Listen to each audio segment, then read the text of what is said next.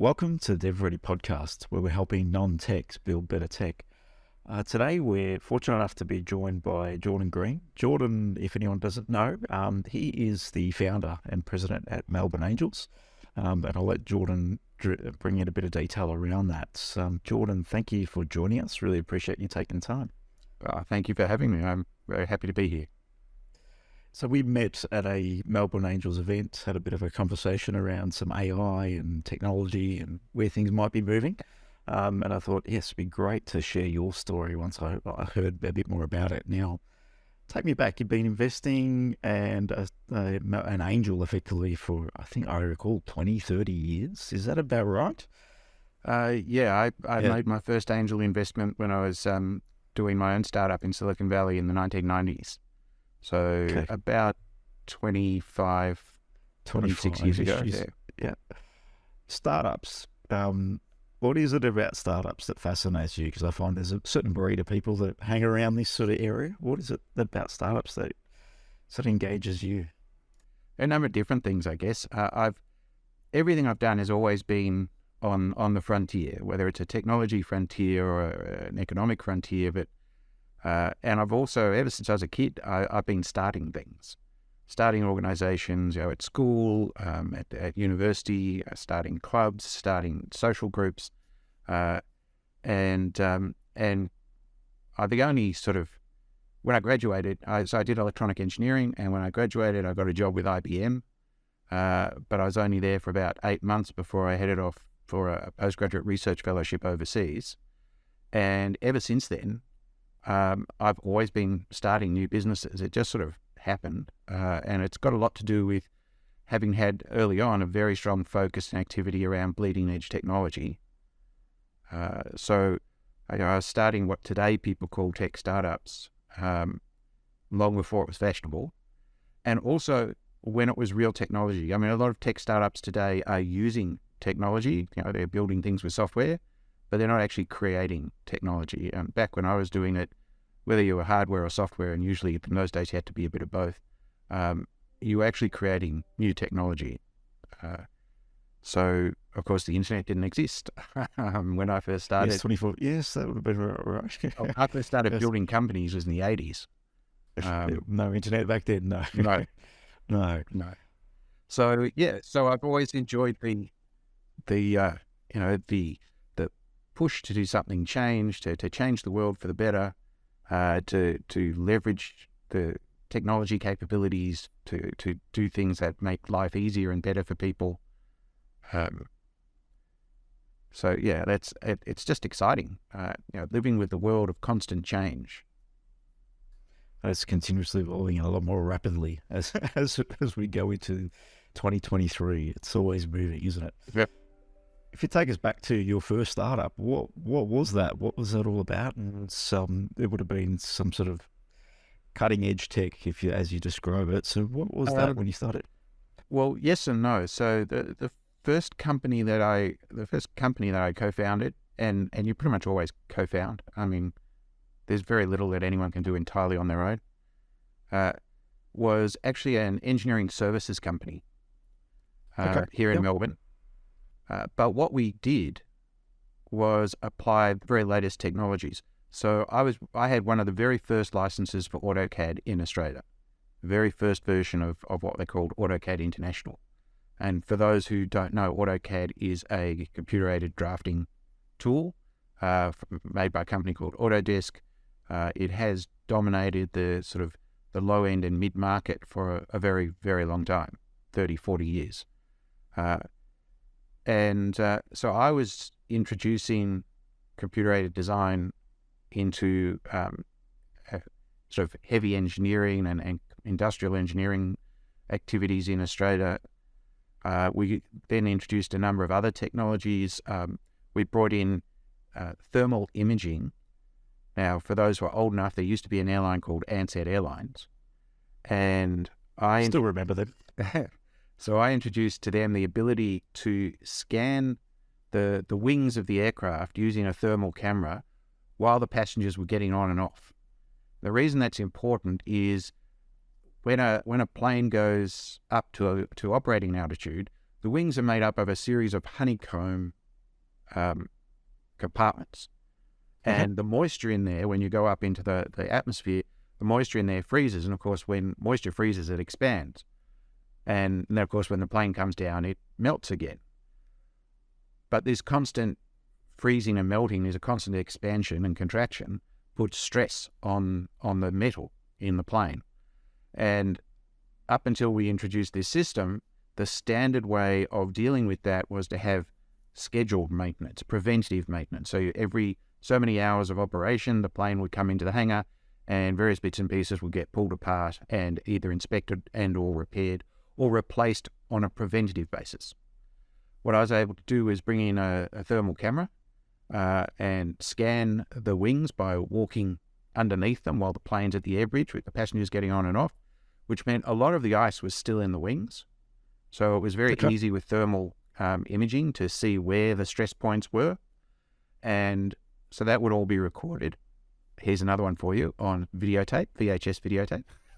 Good old video, VHS, yes. And then we deliver that videotape to the maintenance engineers, and they could actually then, effectively in near real time, they could inspect the plane and they could know when it was going to need maintenance, which meant that maintenance became responsive rather than preventative, and they could time it better, which all adds up to fewer accidents and more cost-efficient maintenance.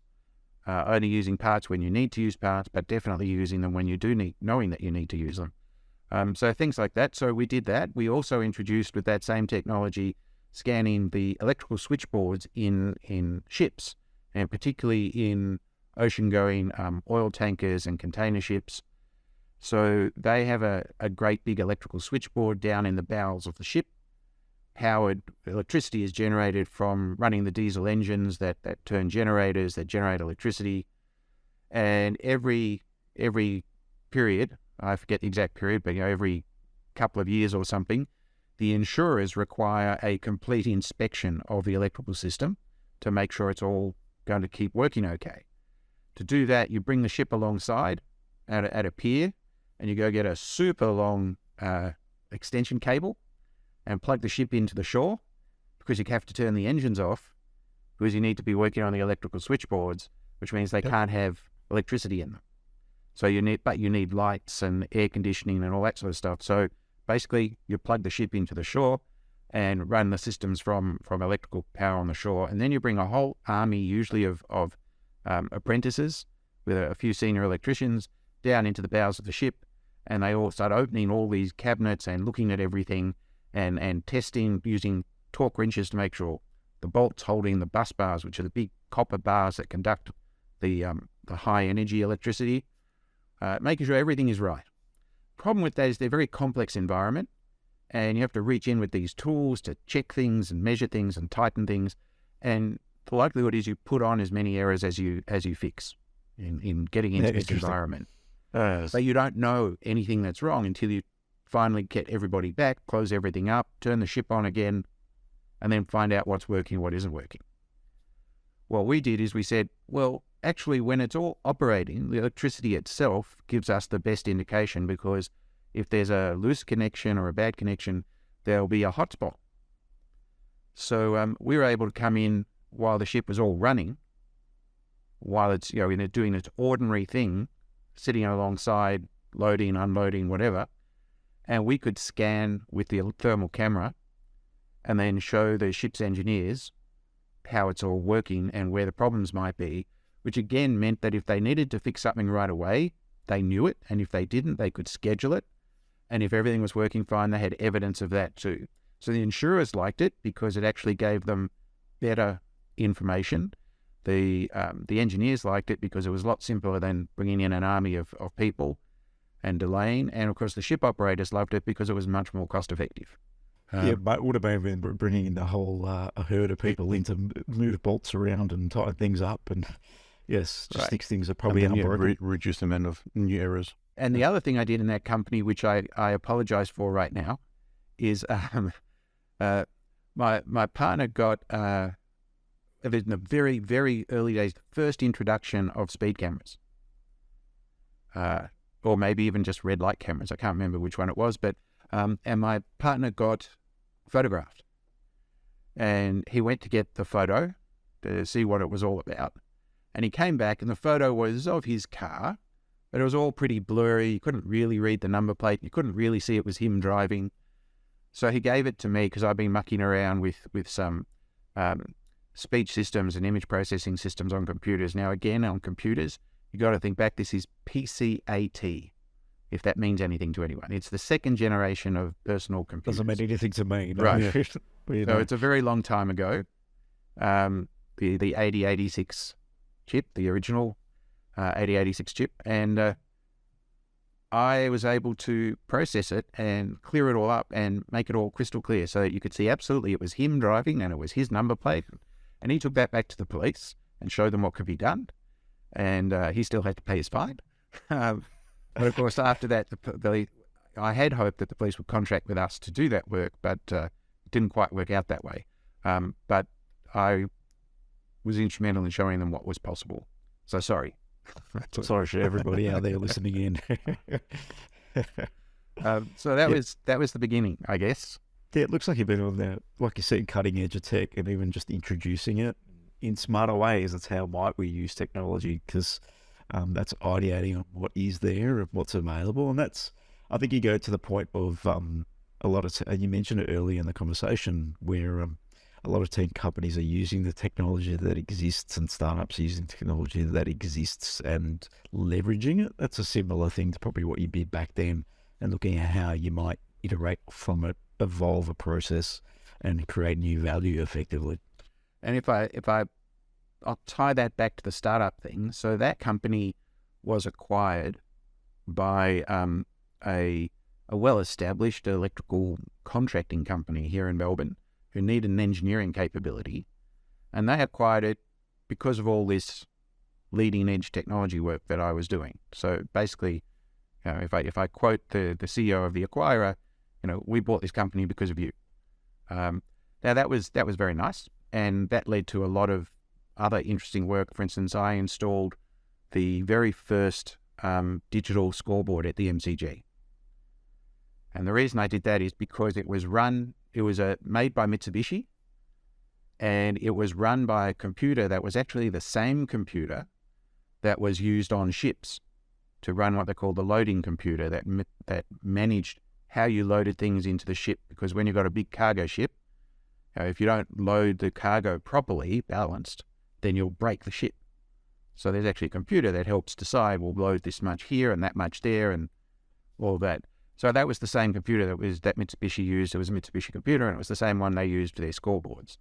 So I got to install the very first digital scoreboard at the MCG, which was quite an interesting experience. Hanging off the lights. That would have been nice and high.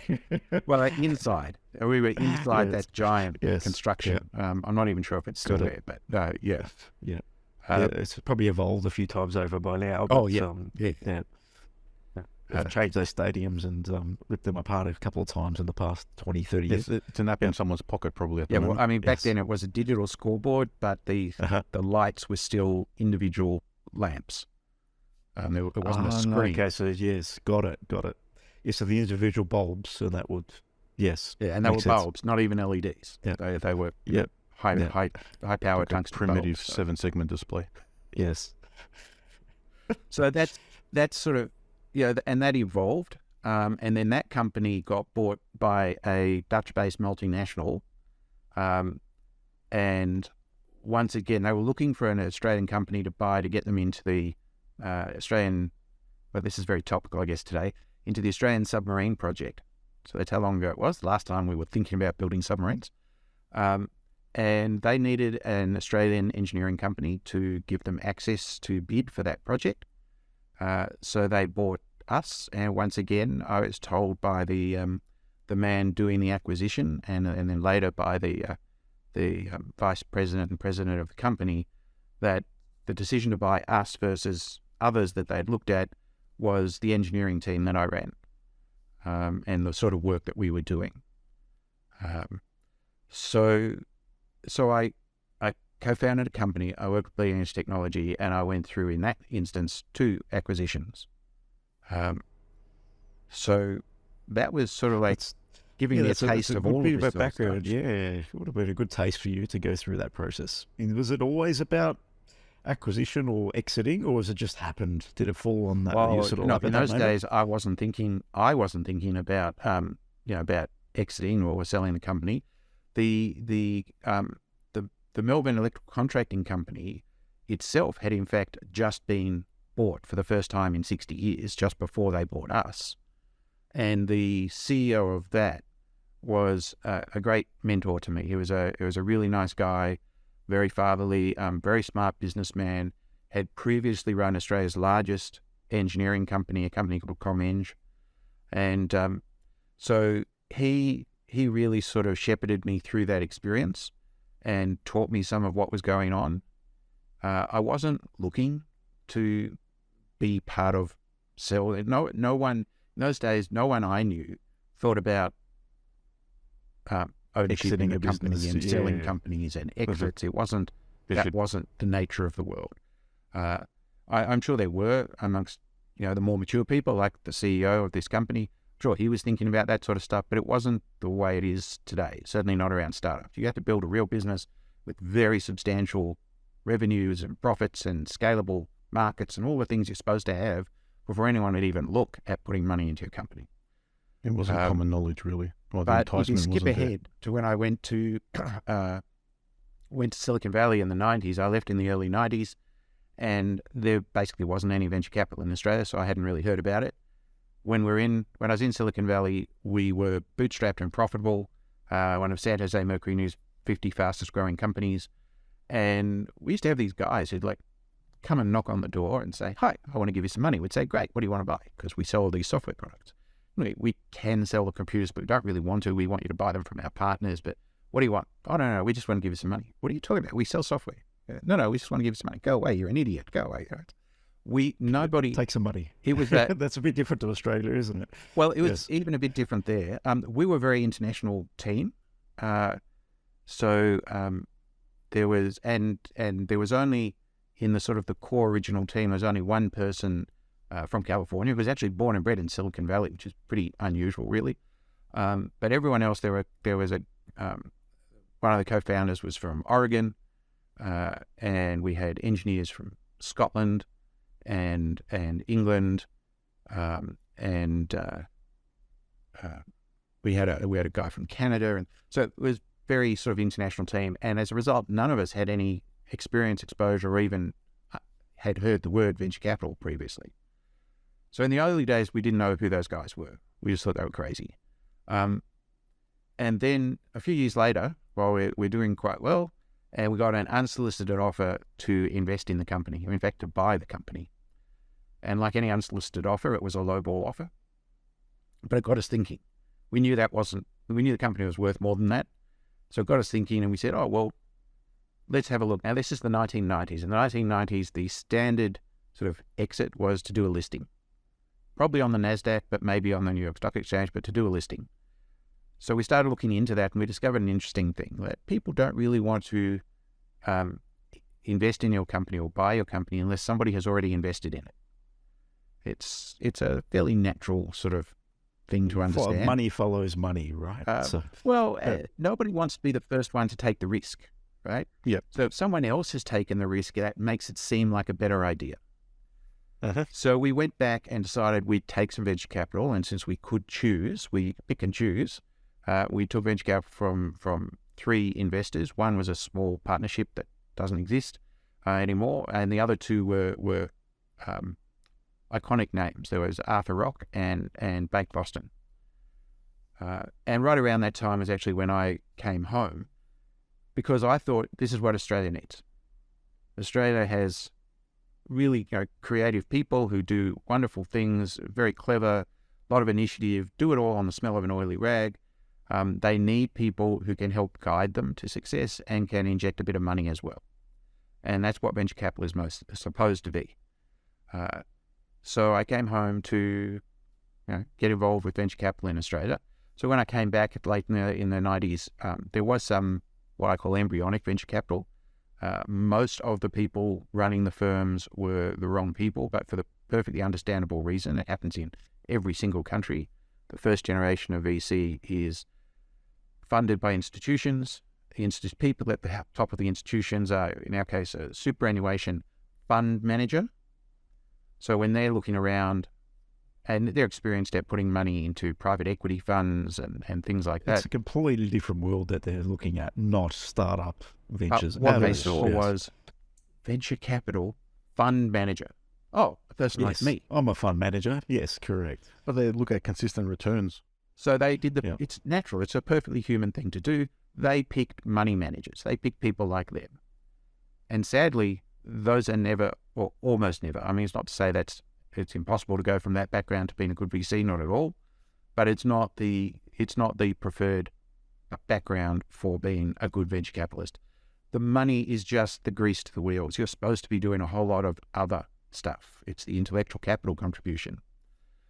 So I came back and there's a whole bunch of stories, but I did end up co-founding a venture capital fund with the goal of showing that venture capital could be done faster and better than it was being done in Australia at the time, which we achieved. So we had a small privately backed venture capital fund. We ran it for 5 years. We sold the whole portfolio. We delivered an 8 times return to our investors. And of course, Australia being Australia. You done very well. Not many VCs make money, so you don't regret that. So that and some of the quirks of Australia, that very success made it hard for us to raise a second institutional fund. Not that we didn't try, but at the same time, I was looking for something else. How do you help the founders who have the vision and the passion and the dedication to give it their all? How do you help them and find a bit of money to help them progress without all the parasites in the middle of the system, all the investment banking activity, etc. And lo and behold, that's called angel investing. And although at that stage I'd already made more than a couple of angel investments, I hadn't really known that's what it was called. Like most of us, certainly late last century, it was just something that we did. It wasn't a label. So I decided to start the organised angel investor community in Australia. I found 4 other guys around the country who agreed. We set up a roof body of the Australian Association of Angel Investors as a sort of a seminal influence. We all set up our own angel groups in different states and territories. And over the next 4 or 5 years, that community grew from the initial 4 angel groups to about 19 angel groups. Well, 17 angel groups. And understandably, not all of them survive for a variety of reasons. But that's how the angel group community got started in Australia. And so I spent a lot of time leading that and facilitating it, and lobbying government, and building international relationships, and running education programs. And the AAAI itself, again, one of the sad things about Australia is we tend to have a habit of fragmenting our ecosystems. And that started to happen, and it was no longer possible for me to keep the AAAI going in a practical sense. But then again, it had served its purpose, and not everything has to last forever. So not everything does it? No. So I shut it down after giving it a good solid run, and focused back on Melbourne Angels, which has been one of the longest running and most active groups in the country.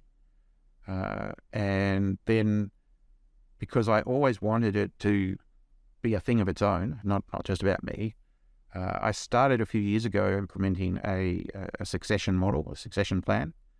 So as of nearly 2 years ago now, I stopped being the president of Melbourne Angels. I'm still called the president emeritus, but Paul Barron took over as president, but on a different model.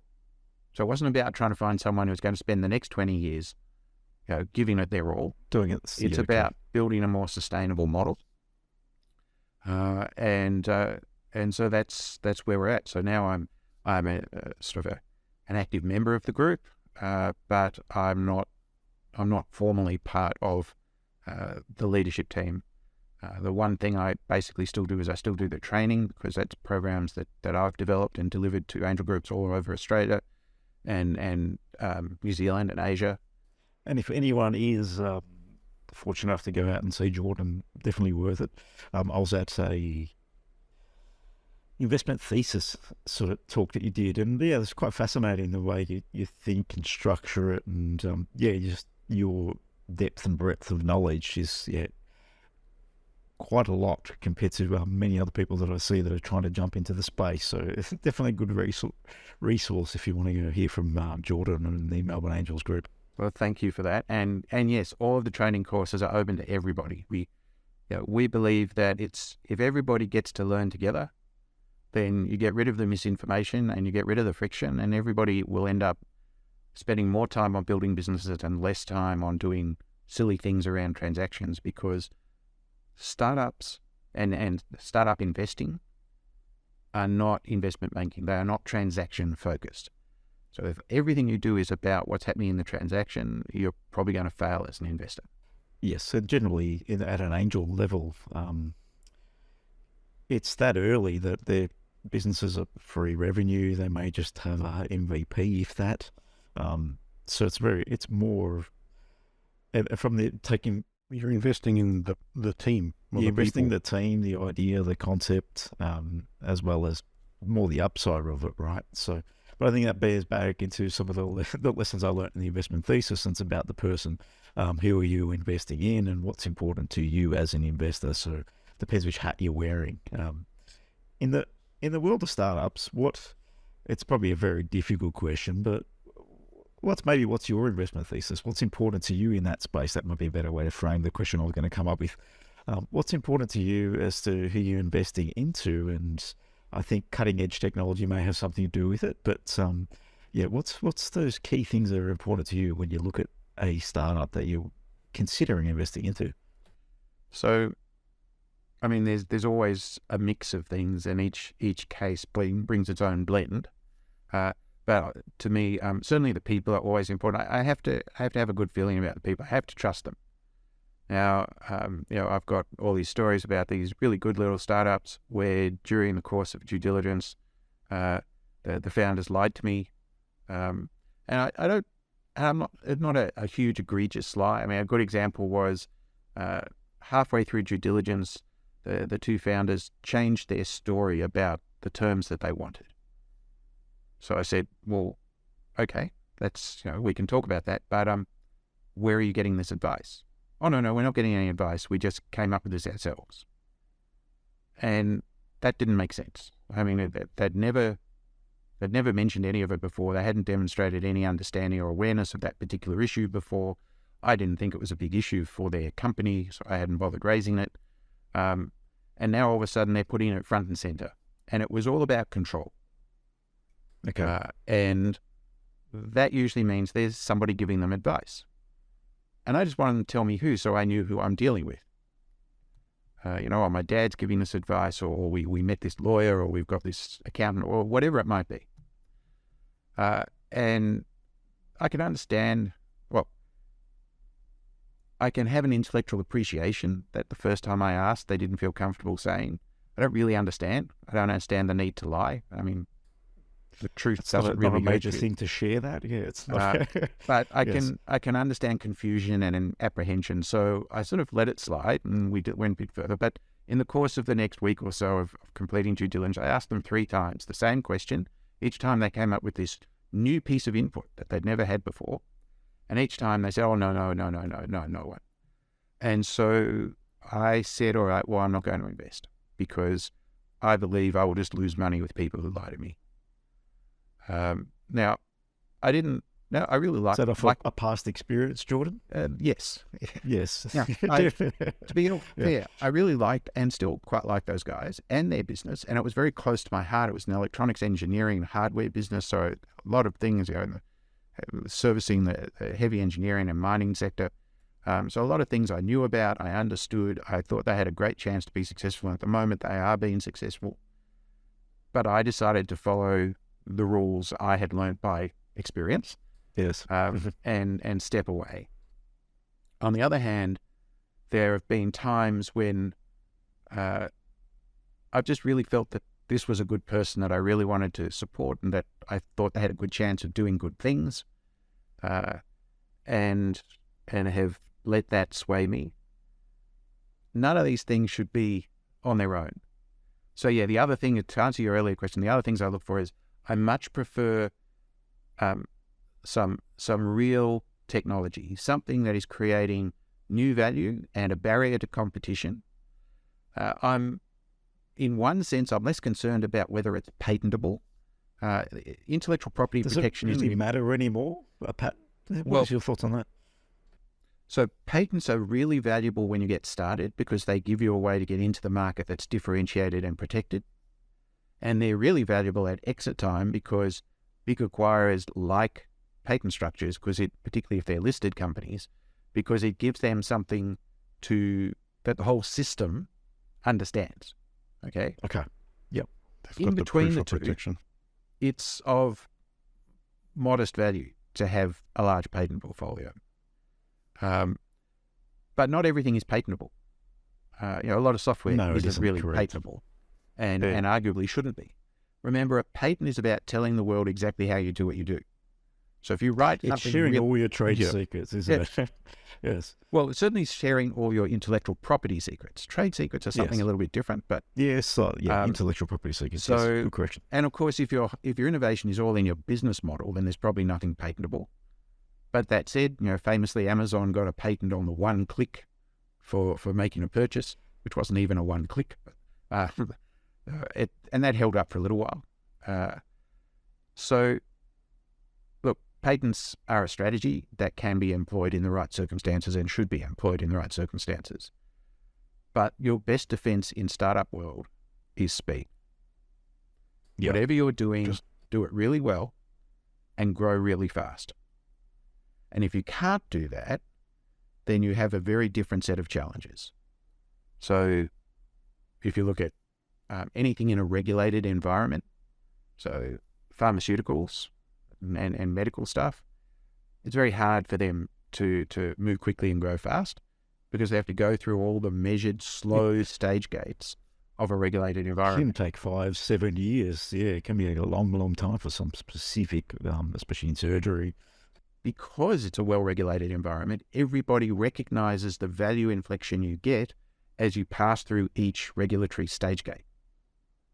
So you can be a pharmaceutical company and you finish your phase 1 clinical trials, and everybody knows that that's a big step in value, 3 or 4 times improvement in value because you've achieved that. And there'll be somebody willing to buy that company at that stage.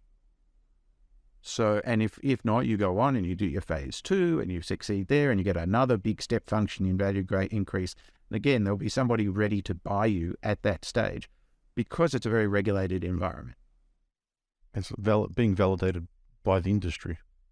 So there are pros and cons to all these things. But I look at the people, I look at the technology for strength and differentiation and sustainability. So what I call the sustainable, unfair competitive advantage. All right. How are you going to be really, really out there in front of the market? And then, of course, you have to look at the market.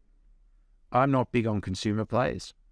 Most consumer stuff is about brand building, and that needs tens or hundreds of millions of dollars of... It's a lot of marketing dollars, isn't it? Yeah, it's a very different thing than, B2B is much... Yeah, so it can be a slower grind though, in terms of especially getting traction and startup. But once you get some traction, yes and no. In fact, consumer plays are probably the ones where you don't have a lot of time.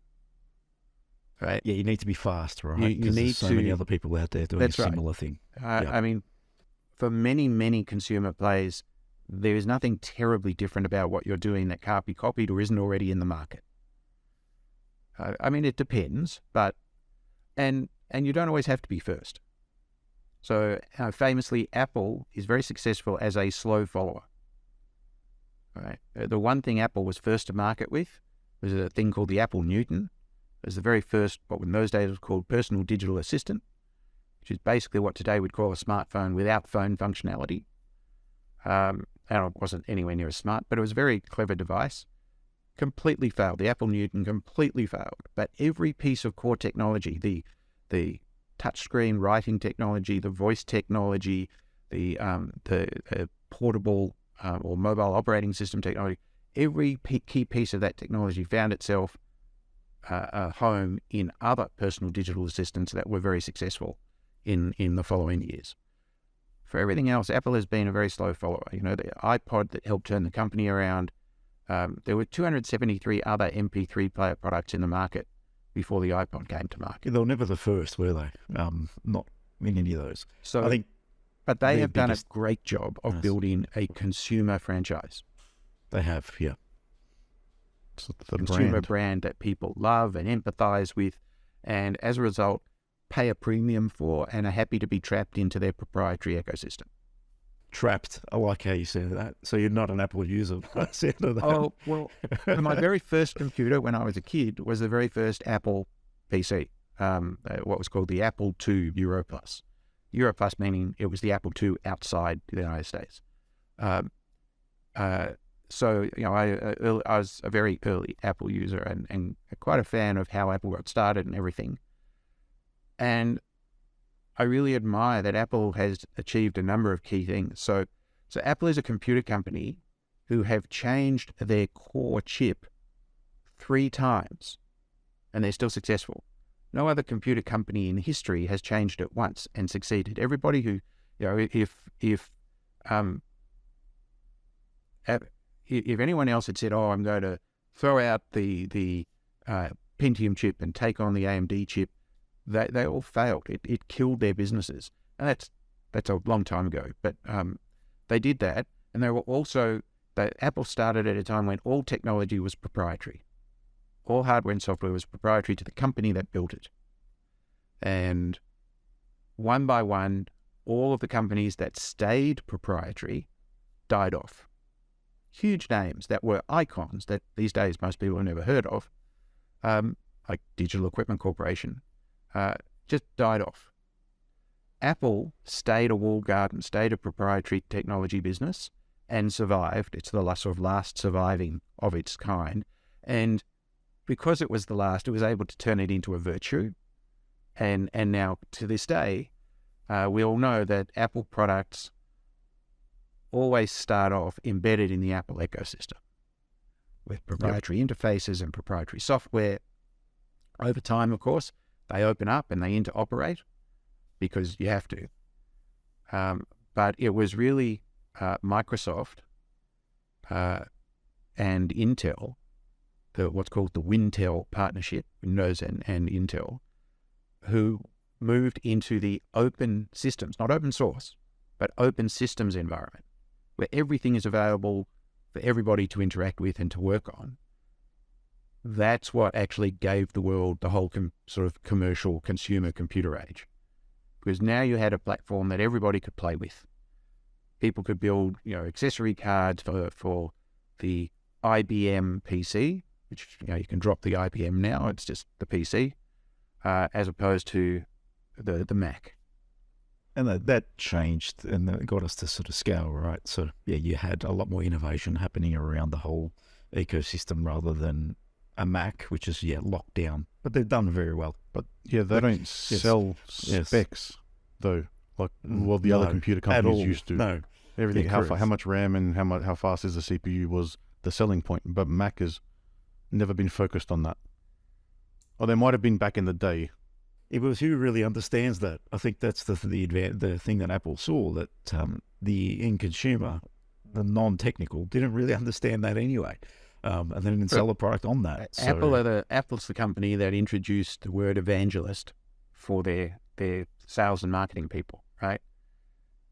And I think that's very telling. Go out there and evangelize. It's not about, you know, as you say, Anthony, it's not about the specs. I mean, they always talked about the specs, but they were telling you how, but this is the best experience and it's the sexiest looking thing and it's just right for the people doing industrial and graphics design, or it's just right for the people doing movies, or, you know, they marketed it as a consumer brand and a niche brand product and became the biggest company in the world. So, you know, so it's not that I don't like Apple or have anything against Apple at all.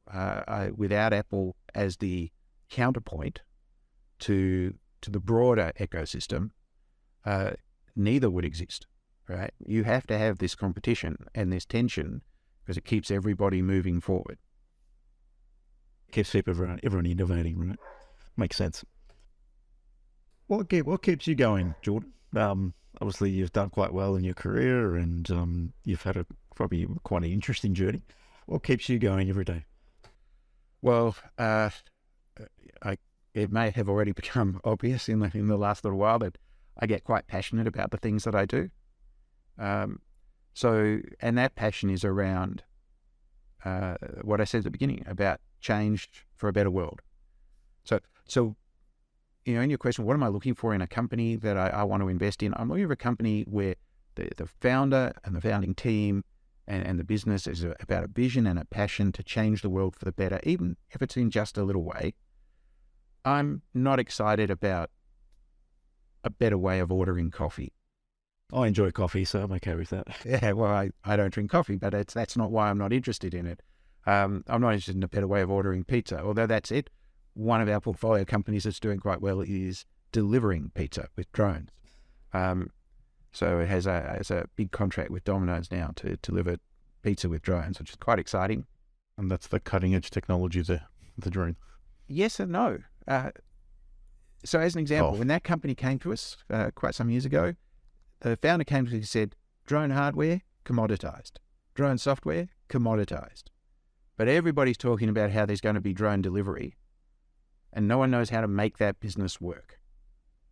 So his proposition was figure out how to run the operating end of drone delivery and be ready with that as a service or a product when the world finally says, yes, let's start delivering with drones. Mm-hmm. That makes sense. On that journey, he, of course, we all discovered, that the commoditized drone technology was true, but it wasn't suitable for delivery. So they had to develop their own drone that was suited to the use case. And similarly, yes, there was software for flying a drone, but drone delivery is like running an airline, right? You've got to have air traffic control. You've got to know about your assets and where they are and what's going on and track everything in real time. And so there's actually a whole lot of new software and hardware that had to be developed and evolved and adapted from other sectors like the aerospace industry. So there's quite a lot of new stuff that had to be done there. So yes, now it is cutting edge technology. Still to get to the same end point, which is be able to show people there is a business that works for drone delivery. Because, of course, Domino's don't really care about the drones. They care about making pizzas and getting them in the hands of their customers. Yeah, correct. And at a price point that keeps them all viable. Yep. Yeah, I can see your passion as you talk about just the businesses that you invested in. If you were to just that first-time founder, that maybe the main expert that's looking to come out into industry, make a difference, add some value, make a change in the industry, what advice would you give them? What advice would you give them if they're looking for funding or if they're looking from a starting point? What's some of the key things you've seen that really sets people up for success? Is probably a good way to ask that question. Well, first of all, only do something if you're really passionate about it, because it's a hard journey.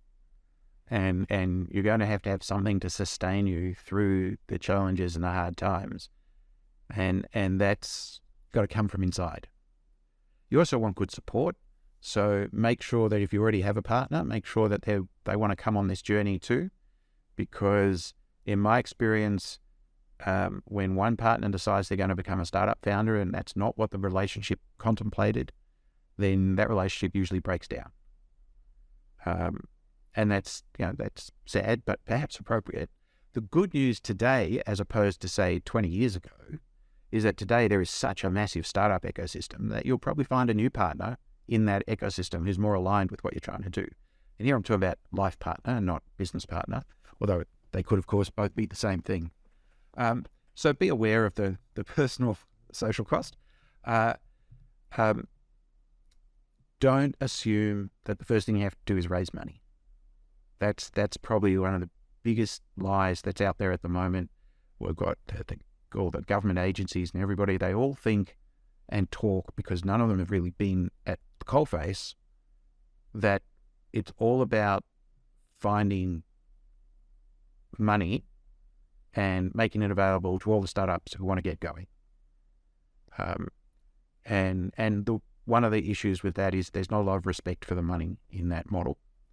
But the other thing is there's no reason for that to be the case. The world is a different world. So when I started doing startups, nobody got paid till the company made enough money. Today, most people won't start working for a startup unless they're getting paid a market rate salary. Maybe not top of market, but they want to get paid a functional salary and not take any real risk on that score. And that makes startups very expensive. So and it puts all the risk on the capital, the VC, right? Well, it shifts the nature, the dynamics of how you share the risk. So think about what you're going to do. Think about why it's going to succeed. What is going to be the core trick that makes it succeed? The secret sauce, the speciality, whatever it might be. So just one sort of stat that's relevant here. The research that's being done says that the number one reason that startups fail at a 42% significance level, so that's the highest significance level, is market timing, meeting the market. Similarly, the research that says what is the number one reason that startups succeed, as it turns out, also at 42% significance level, is market timing. So basically, and by the way, as far as failure goes, getting investment funding is the 16th most significant reason. So it's way down there at about 7 or 8% significance level. So it's not a significant reason for failure, not getting funding. It is a higher contributor to success. So there is that imbalance. It's about the fifth reason, I think, for success. But the real issue here is market timing. So when people are thinking about stepping out to start something, think about who you're trying to serve. Who is your customer? And in today's world, often you've got two things. You've got a customer and a user. Customer is the one who actually pays you. It may, in fact, particularly if you're going to do something consumer related, you may, in fact, be focusing on your customer's customer as your user. So you need to understand the market structure, the market dynamics, and you need to understand what is going to motivate people. And one of the biggest mistakes I see is people who start out entirely based on a market analysis of one. That is, I've got this problem, I like this solution, therefore it'll work for everybody. We've only seen that a couple of times, Anthony, haven't we? No, yes. I did that myself with all my ideas. Look, it's perfectly human. I understand it. But none of us is perfectly matched to a market. And we need to be aware of that. Now, some of us will be much closer to the market. I am very atypical. I'm contrarian in so many ways. It's very unlikely I'm ever going to be typical of a market, a consumer market or a business market. And I know that, so I don't judge any of it by my response. But as a founder, you have to be able to step outside yourself and see why what you want to offer is going to be valuable to people. And will it be valuable at the level you need? Will they pay enough for what you want to offer them to make this a viable business? And then the last thing I'll comment on is be aware that there's always competition. I wish I had just $1 for every time I've heard a founder say, oh, there are no competitors, because there's a good chance that would be my biggest single return. I'm pretty sure I'd have at least $1 million for that. Because I think we would too. Always competition, right? And so the way I describe it is there's competition for share of wallet. In other words, there is nobody standing out there with I'll open up my wallet and here I've got a $50 note and it's got Andrew's name on it. And I'm just waiting for Andrew to come along to sell me whatever he's going to sell me, and here's the $50 I'm going to spend with Andrew. That's not the way the world works. Every dollar in the wallet is being spent on something now. And if you want your share of that wallet, you have to get something else out. You have to compete for your share of that wallet. So everyone has a pie to work with, as you would say, right? Right. So there's an allocation, and then that allocation is going here, here, here, or here. and competition, like you said, can be completely different category, completely different something else, and then I have no money left to pay for your product. So yeah, there's a fair point. And that comes down to your customer's value system, right? Not what you think is valuable, what your customer thinks about it. Customers buy benefits to them, not features of your product, but the benefits that they enjoy by using your product or service. And that's an old saw. That's the way business has been taught for over 100 years. But it's amazing how hard it is for most new founders to really understand and relate to that as their core strategy. Jordan, great summary there. It's been a pleasure having you on the DevReady podcast, and I think we could go for hours just picking your brain, because there's plenty of knowledge and depth and breadth of information there. So really thank you for coming on. We're probably at the top of the hour. So Jordan Green from Melbourne Angels, effectively. Do you also do any consulting or anything to support people in business or anything in that world? Well, yes and no. I'm always open to getting paid for my advice, but I'm not cheap. Fair point. Well, if anyone wants to find out more about Jordan, jump on Melbourne Angels, their website, or Jordan Green on LinkedIn, just to learn a little bit more about him. But like I said, they run events every quarter at Melbourne Angels, and every month. We have a networking lunch open to the whole community on the last Friday of every month except December. And we have our training courses 5 or 6 times a year, which if you get on the mailing list from the website, you won't be inundated. You'll just get emails about the lunches and emails about the training courses.